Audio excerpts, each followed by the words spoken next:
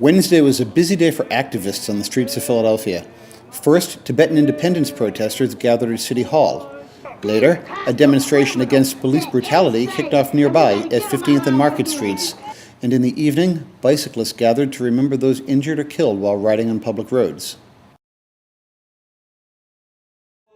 Philadelphia's Tibetan community came together to join the Tibetan Freedom Torch Relay, a 50-city demonstration for Tibetan independence, planned to bring the protesters' torch to the Tibetan border at the start of the Olympic Games this summer. The rally ended with a pledge.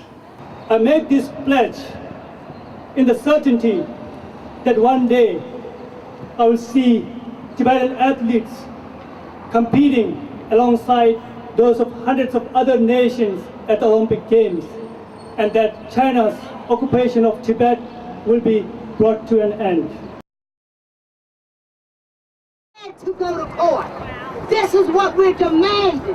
Our position is very clear. Across the street, protesters demonstrated against police brutality in Philadelphia, including the recent police beating of 3 shooting suspects, which was videotaped by a television news helicopter.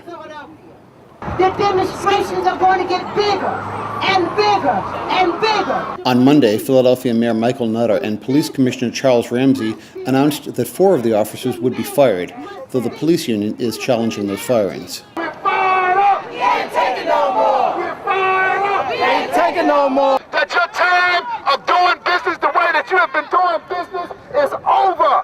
The demonstrators marched to the office of Philadelphia District Attorney Lynn Abraham to demand a meeting and more action. She did not make an appearance. Bring her ass outside. The people want to talk to her. Finally, hundreds of bicyclists gathered around the Art Museum to remember those killed on public roads, including 8 in the Delaware Valley since a similar event was held last year. 26 years old. William C. Van Pelt, 38 years old. Awani Ibrahim, 33 years old. Jagtar Singh, age unknown. Mary Jeffcoat, 44 years old. And just last week, Dominic M. Crispino Jr., 58 years old. The 2008 Ride of Silence was the 3rd annual event in Philadelphia, and according to organizers, other rides were taking place Wednesday in 250 American cities, as well as in 13 other countries on all 7 continents.